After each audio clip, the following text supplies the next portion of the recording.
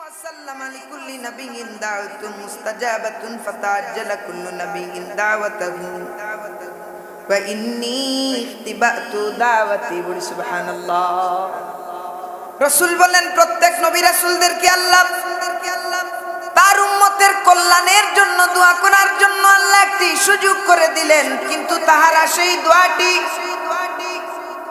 সেই দোয়াটি তাদের উম্মতের জন্য বদুয়া করে প্রয়োগ করে নিয়েছেন। কিন্তু রাসূল পাক সাল্লাল্লাহু আলাইহি ওয়াসাল্লাম বলেন দাওয়াতি শাফাআতাল লি উম্মতি ইলা ইয়াউমিল কিয়ামাহ। আমি আমার উম্মতের জন্য বদুয়া করি নাই, আমার উম্মতের জন্য অভিশাপ করি নাই। সেই দোয়াটি আমি রাসূল পাক সাল্লাল্লাহু আলাইহি ওয়াসাল্লাম কিয়ামতের ময়দানে আমার উম্মতের সুপারিশের জন্য রেখে দিয়েছি। কিয়ামতের ময়দানে আমার উম্মতের সুপারিশের জন্য রেখে দিয়েছি। কিন্তু অন্যান্য নবী রাসূলগণ ধ্বংসের জন্য দোয়া করেছেন, নূহ আলাইহিস সালাম ধ্বংসের জন্য দোয়া করেছেন, লাবনে উনার উম্মতরা ধ্বংস হয়ে গেছে।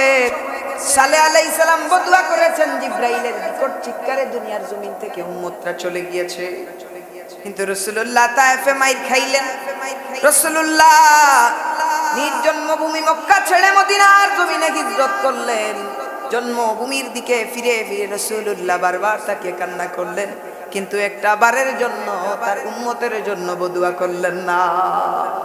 আজ পর্যন্ত তায়েফের জমিনে রাসূল পাক সাল্লাল্লাহু আলাইহি ওয়াসাল্লাম রক্ত ঝরালেন, কিন্তু জিবরাইল আমিন এসে বললেন ইয়া রাসূলুল্লাহ একটিবার হুকুম করেন গো নবী, পাহাড়গুলারে চাপ দিয়া সেই জালেমগুলাকে ধ্বংস করে দেই। নবীজি বলেন না জিবরাইল না, এরা আমার উম্মত, এরা যদি নাও বুঝে এদের পরে যারা আসবে এরা আমি নবী সাল্লাল্লাহু আলাইহি ওয়াসাল্লামের দাওয়াত গ্রহণ করবে। এরা যদি নাও মানে এদের পরে যারা আসবে এরা আমি নবীর দাওয়াত গ্রহণ করবে। আমি বদুয়া করতে পারবো না, বরং রাসূলুল্লাহ দোয়া করে দিলেন। আজ পর্যন্ত পৃথিবীর ইতিহাসে তায়েফের মতো কোনো ফল ফসলাদি আল্লাহর জমিনে দ্বিতীয় কোথাও ফলে না। তায়েফের জমিনের মতো বরকত আল্লাহর জমিনে দ্বিতীয় কোথাও নাই। কেন? আমার নবীর দোয়ার বরকতে। নবী বলেন আমি তো রাহমাতাল লিল আলামিন, আমি তো শাফিউল মুজনাবিন, আমি আমার উম্মতের জন্য বদুয়া করতে পারি না। শাফাআতাল লি উম্মতি ইলা ইয়াউমিল কিয়ামাতি ফাহিয়া নাইলাতুন ইনশাআল্লাহ বিম্মা তামিন উম্মতি লা ইউশরিকু বিল্লাহ। আমি আমার দোয়াটি আমার উম্মতের জন্য বদুয়ায় প্রয়োগ করি নাই। কিয়ামতের ময়দানে আমার উম্মত বেফানায় পড়ে যাবে। কিয়ামতের ময়দানে আমার উম্মত হাহাকারের মধ্যে পড়ে যাবে। ওই ভয়াবহ মুসিবতের সময় আমার উম্মতের জন্য শাফাআত করে করে আমার উম্মতকে আমি রাসূলুল্লাহ জান্নাতে পৌঁছায়া দেব।